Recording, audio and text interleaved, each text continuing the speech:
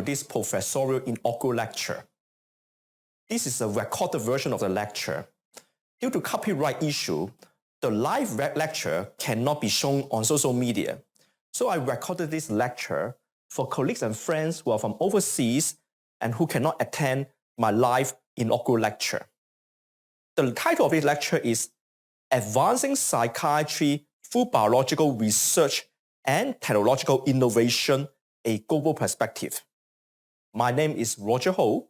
I'm a professor and senior consultant of the Department of Psychological Medicine, Yong Lo Lin School of Medicine, National University of Singapore. I'm also a principal investigator for Institute for Health, Innovation and Technology, iHealthTech, of National University of Singapore. Depression is a common mental problem. In my career, I have published 2 meta-analyses on the prevalence of depressions. The first meta-analysis was performed by a medical student, Grace Lim, and myself. We actually studied the prevalence of depression in community from 30 countries between 1994 and 2014. This study used a random effect model meta-analysis to calculate the aggregated points and nighttime prevalence of depressions. This study involved a total of 90 studies, and there were more than 1.1 million adults. We found that the point and lifetime prevalence for depression was 12.9% and 10.8% respectively. I think it's very important to pay attention to the lifetime prevalence of depression, as later on we'll talk about the prevalence of depression during the COVID-19 pandemic. In this meta-analysis, we found that the factors that are associated with high prevalence of depression, including female gender, country with medium human developmental index, and also self-reporting instruments, they are more likely to be associated with high prevalence of depressions. Now, this means that women and also countries that are developing, I think the people may have more stress, and self-reporting instruments such as a questionnaire, that it may also lead to a over-reporting of depressive symptoms. I think these are all important factors we consider in the subsequent research. The next study, which I published with Rohan Parthran, is a study called Prevalence of Depression Among Medical Students, a meta-analysis. Now, this meta-analysis looked at the global prevalence of depression in medical students. We include 62,000 of medical students across 77 studies. Compared to the global prevalence of depression in the community, the prevalence of depression among medical students was almost twice than the prevalence in the communities was 28%. And overall mean frequency of suicidal ideation was 5.8%. Again, female gender, and we found that the first-year medical student and those medical schools that use a postgraduate medical curriculum and medical students from the Middle East were more likely to be depressed. I think this is a very important message. When we develop our psychiatric curriculum in Yong Lo Lin School of Medicine, we try to make our learning enjoyable and as stress-free as possible. Focus on my research actually based on 4 clinical questions commonly asked by patients who suffer from major depressive disorder. Question number 1, is depression all in my head? Question number 2, does medical illness cause depression? Question number 3, does antidepressant cause memory loss? Question number 4, besides clinical assessment, do psychiatrists have other tools to assess their patients, such as ECG in cardiology? My research from 2007 to now, including clinical research which focused on major depressive disorder or depression in chronic medical disease. We also perform animal study to study the effects of depressions on biomarkers and also the effect of antidepressant on biomarkers. I also collaborate with a collaborator from different countries to perform global mental health research focusing on depression in diabetes and HIV, and also perform large sample size cross-country study focused on the impact of COVID-19 pandemic on mental health problems such as depressions. At iHealthTech, I actually use the medical technology, the functional near-infrared spectroscopy, or FNIRS, to assess brain function in various psychiatric disorders, as well as medical students go for different tests in medical educations. I am very fortunate to work with a wide range of collaborators in Yong Loo School of Medicine, National University Health System, National University of Singapore, and A-STAR. These collaborators range from Department of Medicine, Psychological Medicine, Anesthesia, Pediatrics, Orthopedic Surgery, Psychology, Biomedical Engineering, A-STAR, Architecture, Pharmacology, Surgery, and Nursing. Some of our collaborators are senior mentor or master clinicians. Some of them are rising star and young academics. I'm very fortunate to work with them. We have worked for papers, grants, and supervision of PhD students. Thank you for your support. The outline of today's presentations, number one is to identify systematic biomarker in major depressive disorder, followed by the biological benefit of novel antidepressants. We talk about the association between depression and medical conditions. The fourth topic is the use of technology to diagnose major depressive disorder. Finally, I would like to show you, perhaps with my research in the past 20 years, how do I redefine psychiatry and future research directions. Depression is not just in the brain. Depression have systemic effect. I'm sure people have experienced depression in their life. When people are depressed, they feel hopeless. They may have body ache and body pain. They may actually have discomfort in the abdomen. They will also feel the immune system being weakened. They will feel that they cannot concentrate. So they have depression has systemic effect. One of the research questions is, if depression can lead to systemic effect, what are the biomarkers that play a role in the pathogenesis of such systemic effect? This beautiful diagram illustrates the three dimensions of interleukin-6, IL-6. IL-6 is a pro-inflammatory cytokine that is produced by macrophages, T lymphocytes, and endothelial cells. Interleukin-6 can lead to a decrease in tryptophan and associated with depressive symptoms. Now, this was a meta-analysis done by my previous master student, Liu Yang, and published in the Journal of Affective Disorder in 2012. This meta-analysis, we compare people with major depressive disorder and healthy control. We include 900 people at MDD and 726 healthy control. This meta-analysis found that the peripheral interleukin-6, i.e. you can find in a serum or plasma, actually was significantly higher than the healthy control. Although we also look at other inflammatory markers such as human necrotic factor, human necrosis factor alpha, or interleukin-2, but IL-6 was consistent in European and non-European. So both European and non-European patients with depression, they show significantly high interleukin-6 compared to healthy controls. Now, the increase in interleukin-6 can cause systemic effect. For example, it can lead to cardiovascular event, it can lead to thrombocytosis, it can lead to chronic inflammation, it can lead to osteoporosis, it can lead to fibrosis. Another students, medical student, Ada Ng, and also a collaborator from A-STAR, Grant Rong, and my previous PhD student, Ted Ng, we actually perform a meta-analysis as well as an RCT to look at the role of interleukin-6 in elderly with depressions.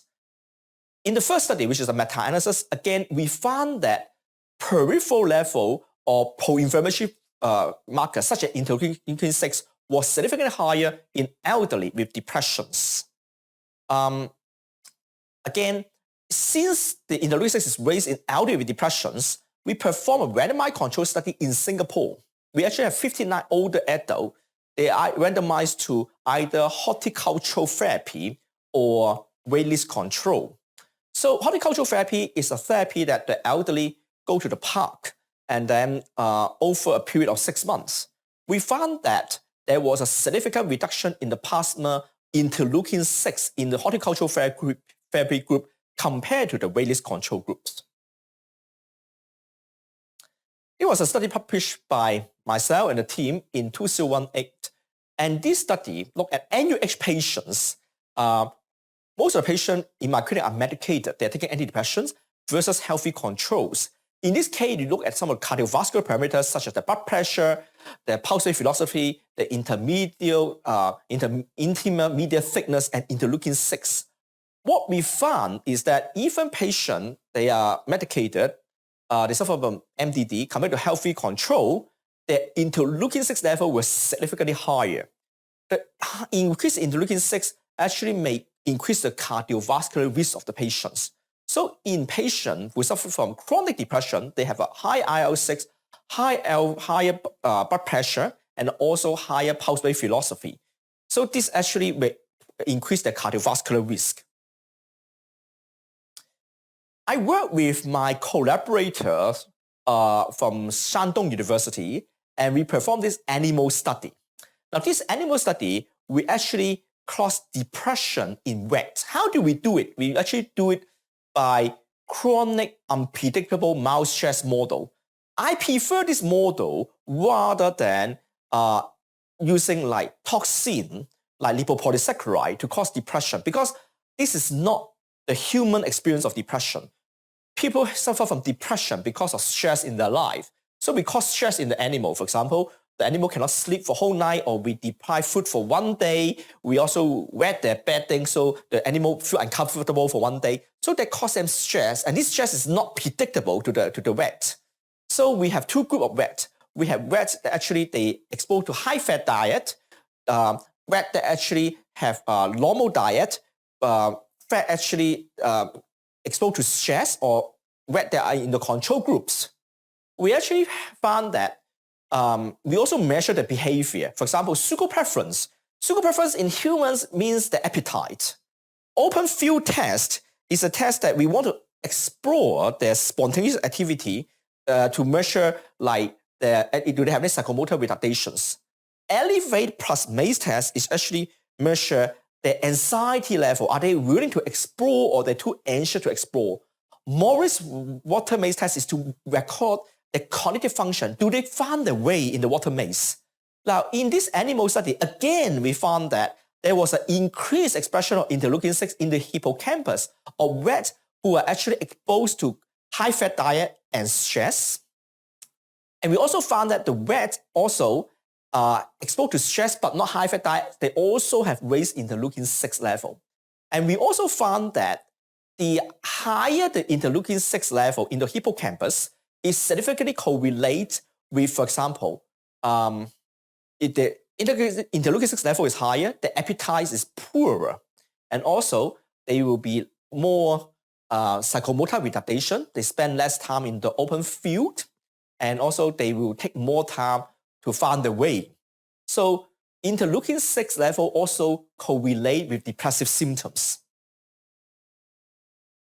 So the interleukin-6 story and major depressive disorder, it seems that interleukin-6 plays a key role for depression and as well as other chronic medical illnesses, including with fatigue, including tumor, including osteoclastic activity leading to osteoporosis, and also acute phase response. So I think this is very important. We identify a biomarker that actually explains the systematic effect of depression. Next, I will talk about the biological benefit of novel antidepressants. Patients always ask in the clinic, what are the biomarkers that demonstrate the effect of antidepressants? Do antidepressants cause bone loss in women? Do antidepressants cause memory loss? Are antidepressants addictive? Will antidepressant make me like a zombie? I was very fortunate to work with my previous PhD student. She became a professor earlier than me. She's Professor Lu Yingsha. She now is working in Shandong University. So when Yingsha actually returned to China, she asked me for ideas for research when she was assistant professor. I asked her to look at some of the existing antidepressants and some of the novel antidepressants. One of the studies we performed was actually studying the effects of fluoxetine, one of the most commonly used SSRI, on pro-inflammatory cytokines when the rats were exposed to 1 month of chronic stress. So we have 4 groups of rats. We have rat take placebo, where rats take fluoxetine, where rats who are in the control group, they are not exposed to any stress or any medications. What we found is that after 1 month experiment, we found that the rats actually who are taking the placebo has the highest level of interleukin-6 in their plasma. Now, one of the reasons why we perform animal study is that we can study the level of interleukin-6 or other pro-inflammatory cytokine in the brain, which is not possible in human. So when we sacrifice an animal, we dissect the brain, and then we actually measure the cytokine level. Again, we found that the rats that take placebo, they have the highest level of interleukin-6, but this one was marginally statistically significant.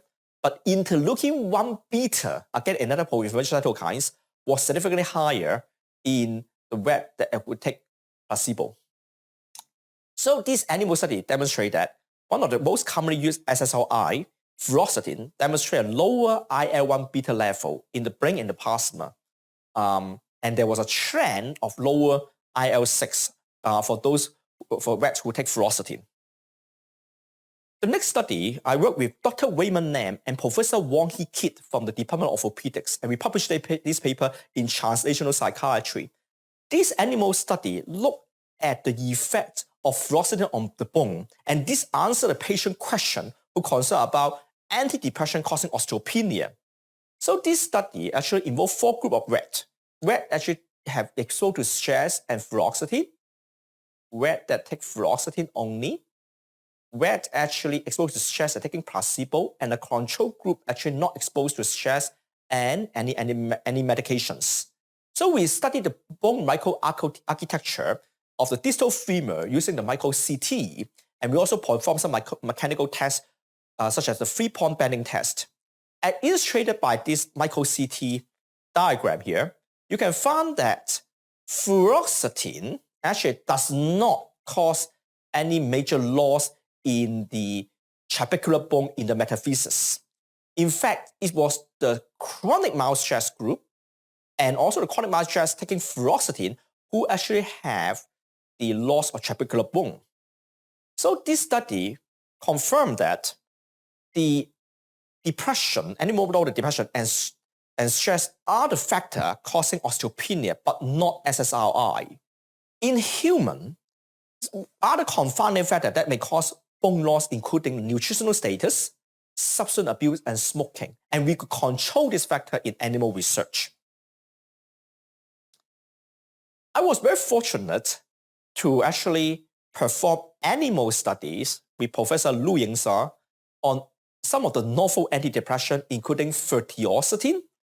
Fertioxetine is one of the novel antidepressants that actually block the 5-HT3 receptor, 5-HT1D receptor, 5-HT7 receptor, and stimulate the 5-HT1A receptor and partially stimulate the 5-HT1B receptor. We also work on a novel antidepressant called agomelatine, which work on the melatonin receptor and also have an antagonistic effect on the 5-HT2C receptor. We also I also perform research with my collaborator in Canada on esketamine. Esketamine is a S plus and enantiomer of ketamine. So actually it's a purified form of ketamine that is safer. I also perform research on a newer form of venlafaxine called desvenlafaxine. It works on the serotonin receptor as well as on increasing serotonin and also increasing noradrenaline. Now, this beautiful diagram is a 3-dimensional diagram of brain-derived neurotrophic factor, BDNF. Now, Professor Lu Yingsha and I actually work on this project. We study the effect of fertioxetine and fluoxetine on brain-derived neurotrophic factors in the hippocampus of chronic unpredictable mouse stress model of depression in rats. So in this study, the rats actually having chronic mouse stress, they're taking placebo, the rat who are taking fluoxetine, and rat taking fertioxetine. we will try to simulate human experience. The rat take the medicine orally rather than via intraperitoneal route. As you can see, the optical density value of BDNF was significantly higher in the rats that are exposed to stress and vertiosity, even higher than the rat that are exposed to fluoxetine.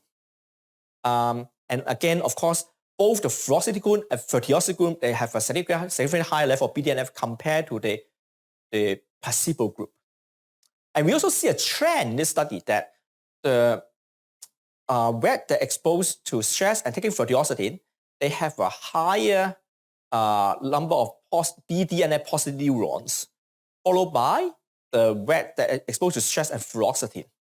So the novel antidepressant, vertiosity, that actually work on multiple serotonin receptor, increase the hippocampal BDNF level, and this level is higher than SSRI. And increasing BDNF level will actually help to improve cognitive functions because BDNF does plays an important role in neuronal growth. I also performed another study to evaluate another novel antidepressant, agomelatine. Again, agomelatine and its role in BDNF in rats that actually exposed to depression. Again, we have 4 groups: the fluoxetine group and exposed to stress, agomelatine group exposed to stress, placebo group and stress, as well as a control group. In this study, we also found that agomelatine significantly increased the BDNF as compared to fluoxetine as well as the placebo groups. And in this case, we also found that agomelatine also caused significantly increase in BDNF positive neurons compared to the chronic mild stress group, the placebo groups. So this animal study justified that novel antidepressant with multi-modality of mechanism of action offer more benefit than conventional SSRI. There was a debate about using ketamine to treat depressions. One of the company actually, they produced as ketamine, a more purified form, S plus anatinoma of ketamine. And then they actually, we do meta-analysis with Professor Roger McIntyre from University of Toronto in Canada. Now, we actually evaluated the effect size. What we found is that the effect size of the intranasal esketamine was 1.247. Or effect size about one actually means that it has a large effect size compared to intravenous ketamine, which is the effect size is 0.949, and the lowest is oral ketamine with the effect size of 0.6. Now, ketamine and esketamine, we are concerned about the safety. It can be a potential route of diversions. So in another paper we published in the American Journal of Psychiatry last year, is a international expert opinion of the implementation of using ketamine or esketamine in treatment for treatment-resistant depressions. I'm very honored to be one of the member for this international group of experts. And we found that the intravenous racemic ketamine was associated with increasing or liking, i.e. misuse potential. On the other hand, intranasal esketamine, there was no report of new onset of misuse or addictions. I published this study with my team in 2013. This study actually was about the cost of managing depression in Singapore. Now, with the inflations, of course, the cost of managing depression is even higher nowadays. 10 years ago, the severe depression may spend $31,000 a year for managing depressions. The moderate depression will spend around $5,900. The mild depression will spend around $2,000 managing depression. And in this study, we found that 50% of the cost went into the indirect costs, which is the loss of productivity and unemployment. Now, the other thing we found that patients with MDD, the higher education level, higher depression, also the number of suicide attempt were independent factors associated with high indirect costs. So it's very important, actually, we implement antidepressant therapy to enhance the productivity of the patients, reduce unemployment, and this is more so for people with high level educations. I work with a team of global experts and published this paper in 2018 in Journal of Affective Disorder. We look at the efficacy of antidepressant on workplace functioning. So we actually include a wide range of antidepressants, including agomelatine, bupropion, desvenlafaxine, duloxetine, fluoxetine, paroxetine, sertraline, venlafaxine, and vertioxetine. So we found that all the antidepressants actually can improve the workplace functioning as measured by the Sheehan Disability Scale. And the area the antidepressant can help is reducing cognitive impairment, anhedonia, apathy, lack of energy, sleep disturbance, and pain. So antidepressants offer a cost benefit because they can reduce the indirect cost, enhance productivity in people with MDD. So I think this study also answers the concern from patients that antidepressant doesn't make people like a zombie. In fact, antidepressant enhance the occupation function of patients. The third area I would like to go through is the association between depression and medical conditions. I was fortunate with my team actually published 2 case reports in a very famous journal called The Lancet. In 2009, there was a patient admitted to the previous psychiatric ward, Ward 12. This is a 59-year-old man present with memory loss. He stayed in the hospital for 1 month. We did a lot of investigation. Finally, we realized that the memory problem was due to mercury toxicity. In 2014, I published another case report. In my clinic, I found a 43-year-old woman. Her daughter passed away. She suffered from grief reactions. Some of the physical sign was not explained by grief. She had stiffness of her face. She could not smile. She could not control her legs, and she had road traffic accidents. So later on, we found out that this lady have a very rare condition called stiff person syndromes. This syndrome, they have produced an antibody called the anti-glutamic acid decarboxylate antibodies. This antibody affect the function of GABA, one of the inhibitory neurochemical. So the patient could not control her muscle. She has stiff muscles. Now, the importance of the 2 Lancet case reports suggests that depressive symptoms can be caused by medical conditions or organic causes. From 2007 to 2019, I studied depression in various medical conditions. You may ask, why up to 2019? Because, as we all know, there's a big pandemic waiting for us in 2020. I work with Professor Vijay from the Department of Medicine, Division of Neurology. We studied the relationship between stroke and depression.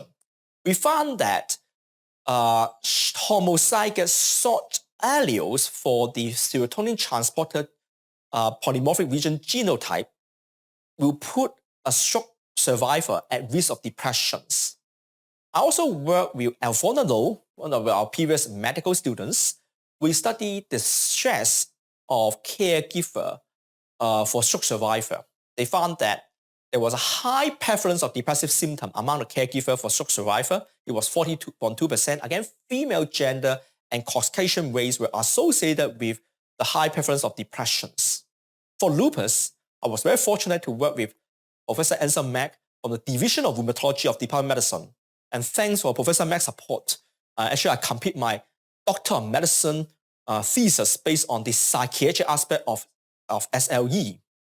We found that high acute damage and high cumulative glucose steroid doses and also depression predicted anxiety in lupus patients who receive treatment in NUH. When we put the lupus patient in the structural MRI scan, we found that the lupus patient have a lower gray matter volume than healthy control. Also, especially in the middle cingulate cortex. Again, they also have lower white matter volume in the cingulate cortex. Cingulate cortex plays an important role in regulating emotion and pain. These two studies, I worked with my collaborator in Vietnam. Again, we studied depression in diabetes. We found that depression is very common. 79.4% of diabetic patients experience depression. And HbA1c, one of the key markers to measure diabetic control, was higher in diabetic patients with depressive symptoms. We also found that depressive symptoms in diabetes are associated with high likelihood of fall and also longer duration of diabetes and also uncontrolled fasting plasma glucose, as well as impairment of instrumental activity of daily living. For HIV patients, we found that moderate to severe to severe depressive symptoms was associated with lower CD4 count in people who live with HIV. So as we know, the lifespan of HIV survivor increase, but they also face depression during the course of illness.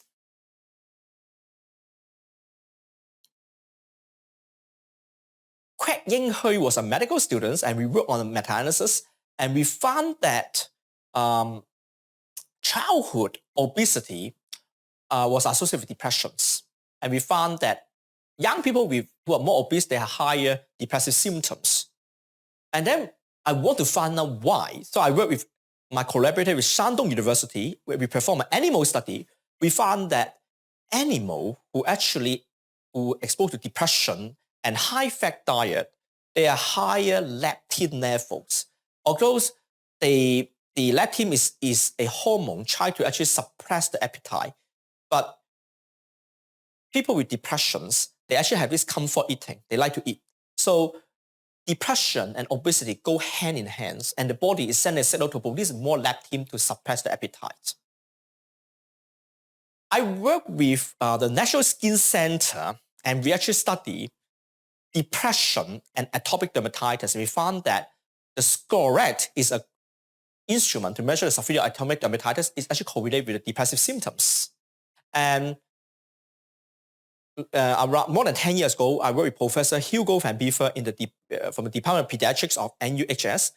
We actually study the family of children who suffer from atopic dermatitis. We also found that the severity of eczema causing a significant negative impact on the family. Then 2020, we have coronavirus. I think COVID, the COVID-19 pandemic have changed our life and have made a significant impact on our life. Before the year 2020, the term COVID was not known.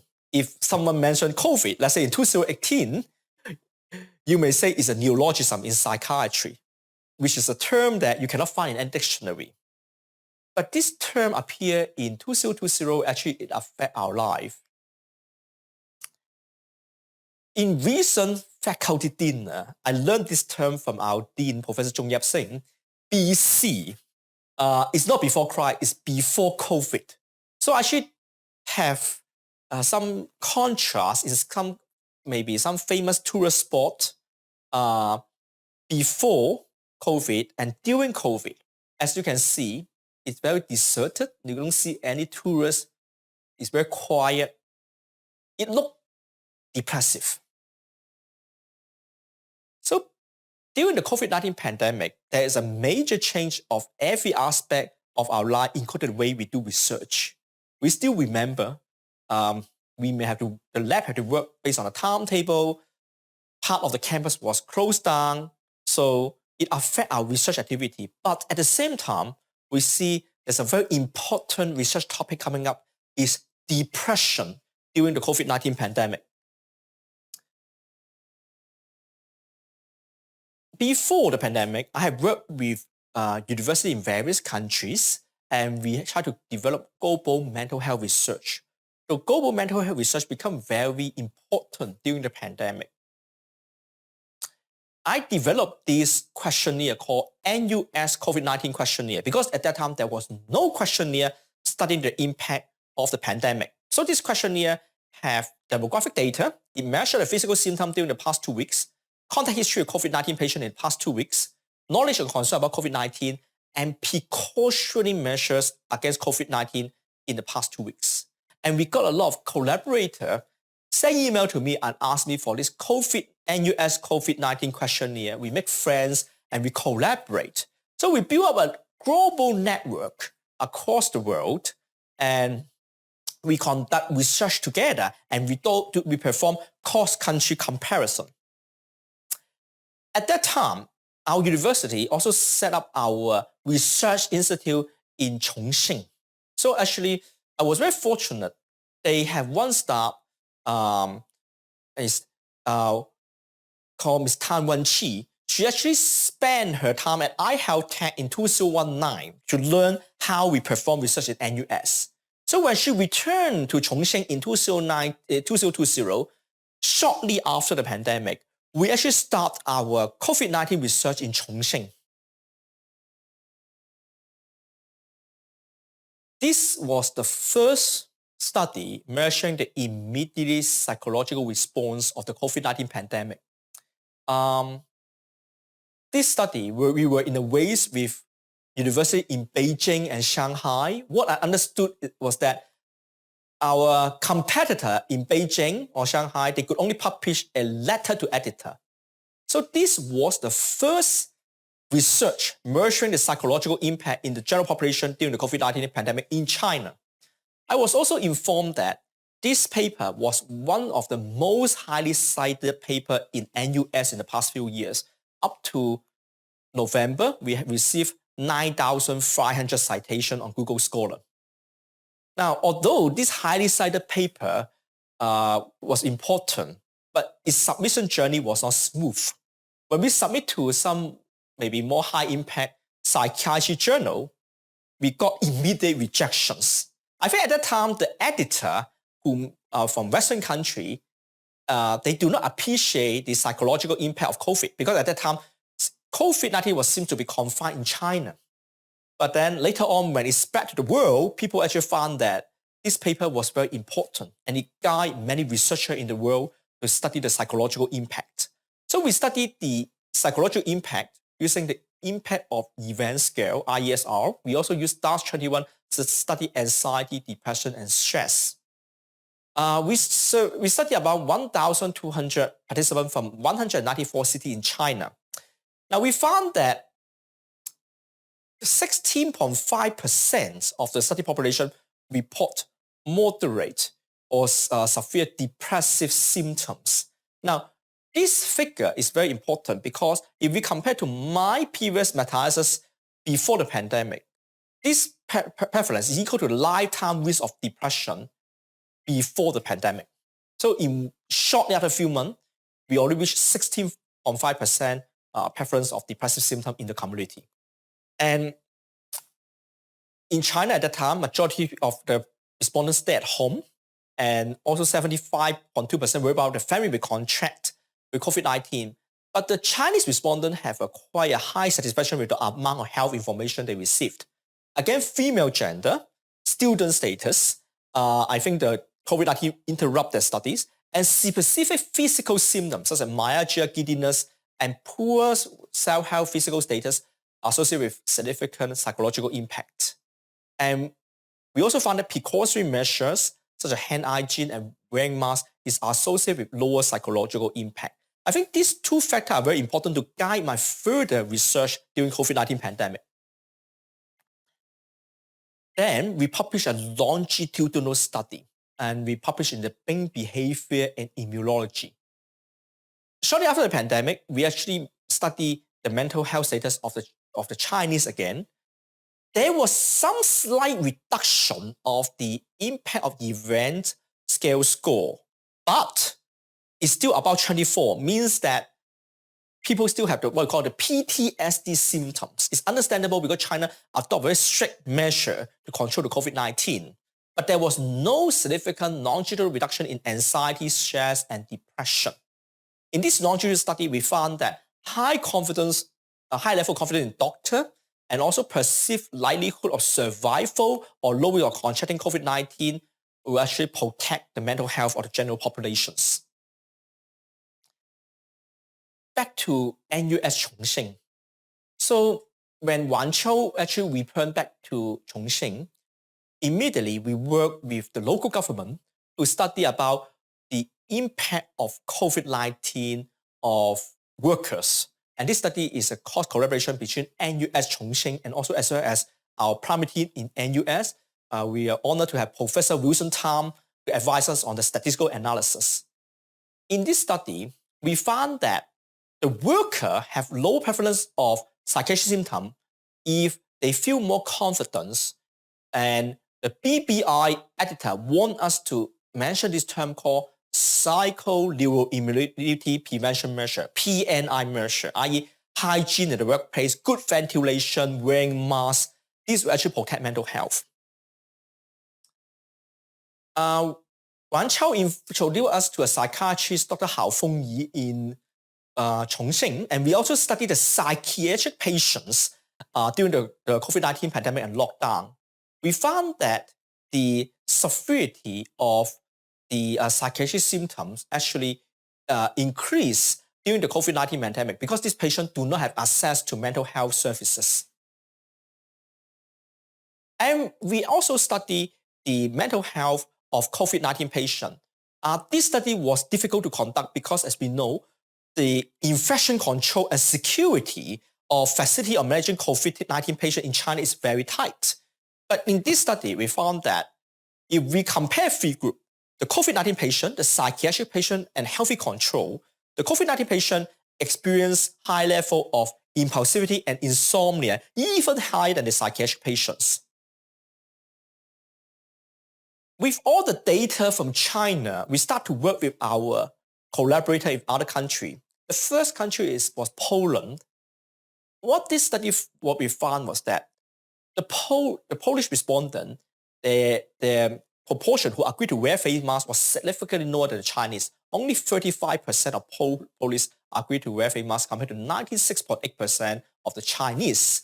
And we also found that the Polish respondent, they have a significantly high level of depression, anxiety, and stress.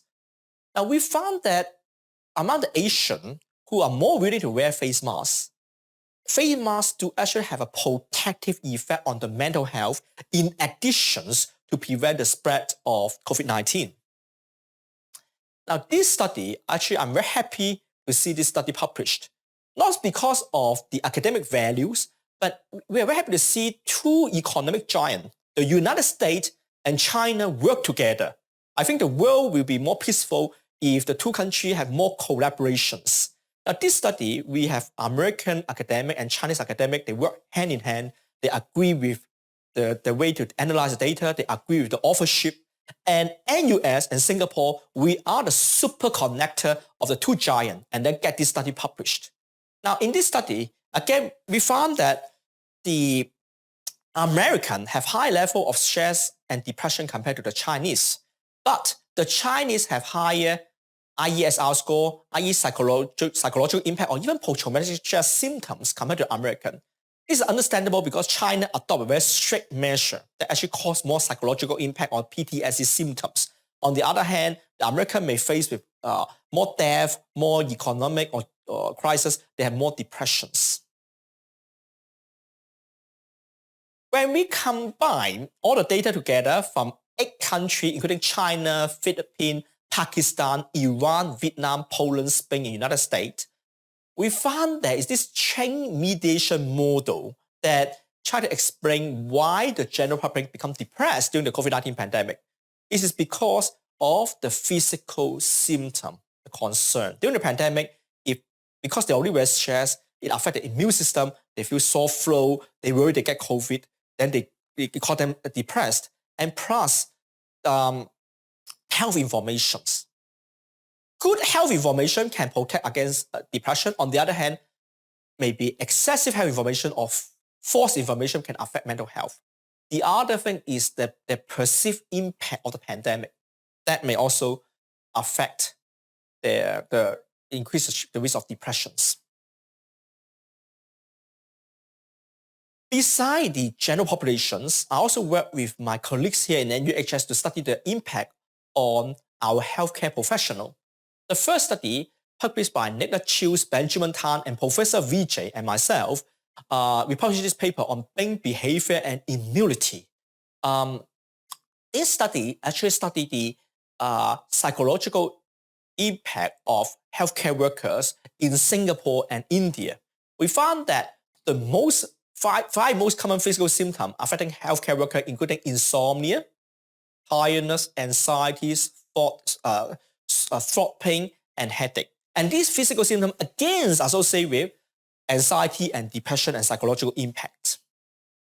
I was very honored to be invited by Professor Edmund Jung from Division of Urology Department of Surgery to actually work on this paper to study the psychological health of surgeons in the world. And we found that surgeons who are in the Africa continent, they actually have highest level of depressions. And surgical specialty that operate on the head and neck region, they also have a higher psychological stress among all the surgeons. The fourth topic I would like to discuss is the use of technology to diagnose major depressive disorder. I have to thank my colleagues at iHealthTech for their continuous support. I have to thank the director, Professor Lim Chu Tek, CT. I have to thank the clinical director, Professor Lee Chun Ning, CN. Associate Director, Associate Professor Ali. Dr. Donnie Ling, Deputy Director, and Clinic and Scientific Manager, Dr. Fadula, for your support at iHealthTech. I received this request from a patient via email. The patient say, okay, I have received therapy for anxiety, depression, ADHD for a year. However, the therapy is not going anywhere. I've been thinking of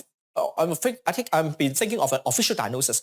2 psychiatrists whom I have seen are not conclusive in my diagnosis. So I'm looking for a professional who have a deeper understanding of a psychiatric illness.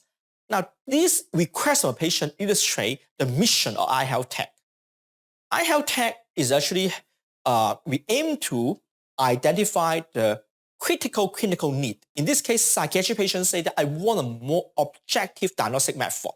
We use innovative, disruptive health solution and technology to assist our patients, and we will bring this technology from bench to bedside or to our clinic, and we want to impact to the patient, doctor, and the society. I'm very fortunate to actually work for 2 families, iHealthTech and the Department of Psychological Medicine. Based on the recent Stanford University and Elsevier ranking, I think colleagues at iHealthTech and Psychological Medicine have done very well. We have quite a number of colleagues actually are the top 2% scientists in the world. Now, the other biomarker I learned when I was a medical student was hemoglobin. Hemoglobin make a role to carry the oxygen to different parts of the body. So at iHealthTech, I actually using functional near-infrared spectroscopy or FNIRS to study the hemoglobin being sent to the brain. In 2016, I wrote this paper with Cynthia Lai from Hong Kong Polytechnic University on FNIRS, and this paper, we actually review this technology. So infrared light use a wavelength of 650 to 1000 nanometer. They can penetrate the skin and bone, and they can reach out to hemoglobin in the capillaries with high absorption. Of course, in psychiatry, we're more interested about the frontal lobe abnormalities. So in the FNIRS, there are the 2 models we have at iHealthTech. One is from Japan, one is from Korea. One is portable, one is stationary. We have a light source, and then we have detector. So we measure the oxyhemoglobin level when a person performs a cognitive task. And what we learn from functional MRI, the oxyhemoglobin level is lower in various psychiatric disorders. FNIRS is based on functional MRI. There's pros and cons. The good thing about FNIRS is it's much more cost-effective, and because of cost-effectiveness, we can scan many more patients. Again, the patient is not lying in a tunnel. This can overcome claustrophobia. Of course, one of the drawbacks about FNIRS is it can't go deep in the brain. For example, we cannot scan the hippocampus or amygdala. I'm going to show you there are 2 persons. One is with adult ADHD, and one is actually to a healthy control.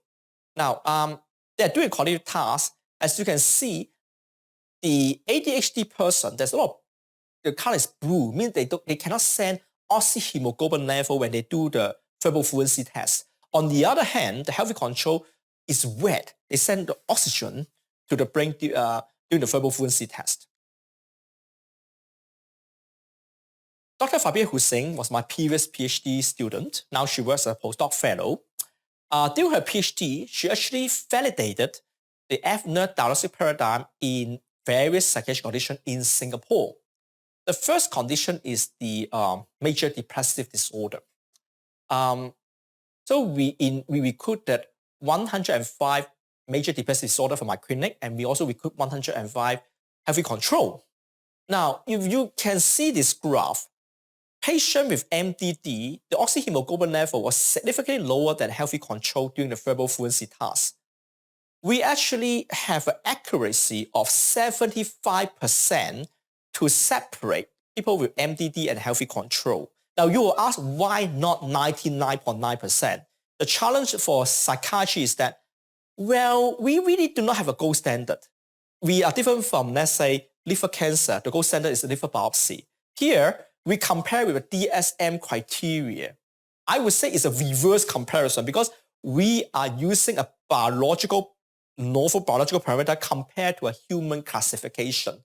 So as a result, we are not able to achieve a 99%, but I think it may be good enough as an adjunct diagnostic tool for our patients. Fabia also studied another condition called borderline personality disorder. In NUH, we have quite a number of them. They usually self-harm, admit to the A&E or overdose, admit to the medical ward. Because borderline personality disorder and major depressive disorder, they also have depressive symptoms. So how do we separate them? One of the things you can see is that when they do the verbal fluency test, the oxyhemoglobin level is the lowest in MDD. Borderline personality disorder is in between healthy control and MDD. And we found that one of the channel in the right orbital frontal cortex can separate, differentiate healthy control, borderline, and MDD. And orbital frontal cortex is very important in motivational behavior, emotional behavior, and social behavior. I was also very lucky to have a PhD student from China, Mr. Li Jifei. Actually, in his PhD thesis, he is an expert of AI or machine learning. So he used AI actually to further study all this F-NERD data. And then he have used the subjects, some of them become a training set, 272 to train the AI system, and then he used a test set of 91 subjects. So the training set, the machine actually have to learn through discrimination analysis. So it's about a dichotomous analysis, either the patient have depression or no depression. They also use a non-parametric method called the K-nearest neighbor method. They also use naive Bayes test, is a populated testing. Finally, they will use support vector machine, which is a supervised learning model, to develop algorithm to differentiate MDD and healthy controls. So the correct prediction rates for MDD was 78% with a sensitivity of 75% and a specificity of 81% in the test set. Before the pandemic, we have a visiting scholar, Dr. Zhang Jisong, actually came to iHealth Tech. He is an expert of relaxation and hypnotherapy. So he wanted to come to iHealth Tech and say, I want to study the effect of relaxation on the brain. So we use portable F-NERDs. We ask healthy volunteer to practice relaxation and also do a control task. The control task is just looking at a cross on the screen. What we found is that if they have to do a mathematical task, if you see the control task, there's not much activation in the brain. But on the other hand, after relaxation, when they do the mathematical task, there's much more activation to the brain. This study illustrates the benefit of relaxations before a mental task. I was fortunate, also thankful for National Park Board for supporting some of my study. This is a study I performed with a previous postdoc fellow. She preferred to call herself Aga. She returned to Portugal recently. And in this study, we are able to bring our F-nurse outside to the park. And we expose people to therapeutic garden, residential area, and also a busy downtown area.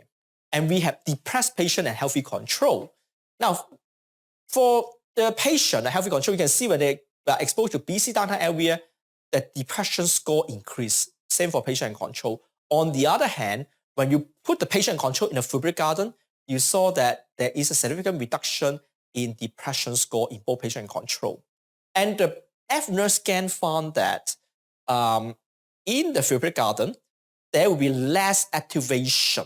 Now, just now I say maybe in a cognitive task, having activation is good, but in a relaxed state, sometimes they actually, in this case, have a less activations compared to they are in a busy downtown area or in the residential area. F-nurse, besides applying on patient, it can also apply in other areas such as medical education. I was honored to work with Professor David Lamento, Professor Jackie Ho, with a group of surgeons working on this project. We have medical students who are trained to do laparoscopy tasks. And it's a very interesting finding is that the trained group, they are more relaxed. So when they do the laparoscopy tasks, after very good training, they don't have much activation in the brain. They're very relaxed when they do the task. On the other hand, the untrained group, there was a lot of activation. Probably they are struggling to do the task. Another study I worked with Dr. Amanda Chen from Division of Neurology, Department of Medicine, because Dr. Chen, actually, she was looking after the pandemic war at that time, and we were able to recruit local Singaporean who recover from COVID-19 infections. And we asked them to do a smelling task during the F-nurse scan. Now, although this study will have a small sample size, but we can find that the healthy control have a significantly high level of oxyhemoglobin level in both frontal and temporal lobe during the olfactory task compared to the COVID patients. For our research, one thing we have to achieve is a translation of our technology. So I think in terms of F-nurse, I think I'm happy to say we are at the stage 5. So stage 1 was a preclinical study. It was done by our collaborator in Japan and Korea. Then we actually translate into the human. When I started the research, we were already at stage 3. We actually performed our study in Singapore. And stage 4, we already use it into clinical practice. And stage 5, we are translating the wide community in Asia. Now, the beauty about F-nurse is we can perform portable brain scan in countryside or in different cities. And we can even combine data if we use the same scan. This is actually done by my collaborator in Vietnam. They're using a Korean F-nurse device to scan people in Vietnam. Okay, I'm going to come to my last topic is redefine psychiatry and future research direction. These are some of the historical picture of psychiatry. So I hope with my 20 years of clinical and research, I hope I have redefined psychiatry, at least change the picture of psychiatry. The first one is the Sigmund Freud chair for psychoanalysis in the 1920s. So in 100 years later, we will see the chair may have a different purpose. So the chair is for the F-nurse scan because while the patient has to sit down because we have to reduce the movement in the brain imaging. But again, we try to understand the brain more as in Sigmund Freud, but Sigmund Freud can only through talking, but through measuring the oxyhemoglobin level, we understand the brain function more. The second picture is a very dangerous treatment called insulin coma or insulin shock therapy that was commonly used in the 1950s before we have antipsychotics. So at that time, if you have a psychotic patient, there was no medication, they give the patient insulin to cause hypoglycemia. The patient actually went into coma. It's a high dangerous treatment because if you don't replace them with glucose, the patient may die. In 2020, we also have our novel intranasal antidepressant, but it's a safe antidepressant treatment approved by the FDA and HSA. Now, the first diagram is a painting called the Blue Devils. It was the time they describe how a depressed patient like before we have antidepressants. And the Blue Devil are in the house and then causing a lot of problem to the patients. Now, I'm not a painter, but I think histological diagram is as beautiful as a painting. This is a picture from my animal study. You can see that in the hippocampus, in the animal who exposed to depression, the neurons are a bit disorganized. After they're taking a novel antidepressant called fertioxetine, you can see the neurons are nicely aligned as in the healthy control. If you ask me to summarize my research in one slide, I think this slide summarizes my research in the past 20 years. My research focused on depression. So through increase in interleukin-6 in human and animal, we found that it increased risk of cardiovascular disease and osteoporosis. Through oxyhemoglobin, which can be measured by F-nurse, we found that depressed patients have a lower oxyhemoglobin level when they perform a cognitive task that can be used as an adjunct diagnostic tool. I actually performed research on various novel antidepressants. We found that the increase in the BDNF level and it will benefit the brain and enhance the cognitive functions. During the COVID-19 pandemic, we found that the pandemic or the uncertainty, the impact caused depression in the general public. Now, before I finish this lecture, please allow me for a few minutes to actually introduce some of the young researchers. They are the future for research for Singapore and US and the world. I have Professor Lu Ying-Sa. She studied about psychoneuroimmunology. She became a professor even earlier than me. We have Assistant Professor Dr. Tek Ng, who became an Assistant Professor in Arizona State University. During his PhD, he studied horticultural therapy, mood, and immunology.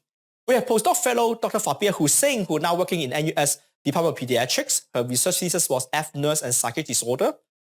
We also have Dr. Cyrus Ho, who is the assistant professor of my department. His thesis is on F-nurse, omics, and depressive disorder. We also have our PhD student who are in the pipeline, Mr. Li Zifei. He actually published a paper on F-nurse and machine learning. We also have Ms. Angela Sa. She is going for her oral defense very soon. She is a deputy director from the National Park Board. Her thesis on greenery and mental health. We also have Aaron Kumar, and he actually thesis on non-viral immune cell transfection. We also have Liu Ying Tan, who studied leucine deficiency on synthetic transmission. We also have Ms. Hel Wei Ling, who is actually a senior research officer at IMH. Her thesis is mood disorder and F-nurse. We also have Xingyi You. She studied Shang-2 and neuropsychiatric disorder. I also had to thank co-supervisor Professor Lan Guang Chen, Dr. Andy Tay, Dr. Seng Yong Jun, and Professor Mifali for co-supervising these promising young academics. I will highlight some of the study from my PhD student. First is Ms. Angela Shah. Her actually thesis focusing on greenery and depression. In her study one, she studied around 1,500 Singaporean. She found that park users have a high well-being, but she also found that the senior people was associated with less likelihood to use park. So she performed another study as an RCT, actually looking at elderly who go for like 24 session or half a year session of horticultural therapy. She found that after half a year, elderly who go for horticultural therapy, actually they will have higher cognitive function and lower anxiety level. This is another study. We go to basic science with Ms. Xingyi You. She studied about Shang-2, which is the SRC homology feed domain and multiple anchoring repeat domain 2. And Shang-2, the role in neurological dysfunction is really unknown. So in her study, she actually tried to purify the human embryonic stem cells, and then she would study the Shang-2 lockout in the stem cells, and then she found that it increased the expression of the NMDA receptor. And as we know, sometimes the NMDA receptor bind to the glutamate, it will increase in neurotoxicity. So actually, she will find the role of Shang-2 in neurologic dysfunction such as autism. We also have Dr. Cyrus Ho. He actually go beyond my research. He actually studied F-nurse. He's also studied the microRNA. He also studied the omics. As you can see in this heat map, he found that the severe depressed patient, their heat map amino acid is actually different from the healthy control. By combining different methods, he actually achieved a higher area under curve with 0.92 that is higher than F nurse alone. So actually he developing novel diagnostic technique for depressions. Last but not least, we have Dr. Chang Xing Wu, who is an NUS Presidential Young Professor as well as Assistant Professor from Biomedical Engineering. He is actually working with me on develop portable F nurse that is used for monitoring for neonatal or mature adults at home. Once again, thank you for attending this professorial inaugural lecture.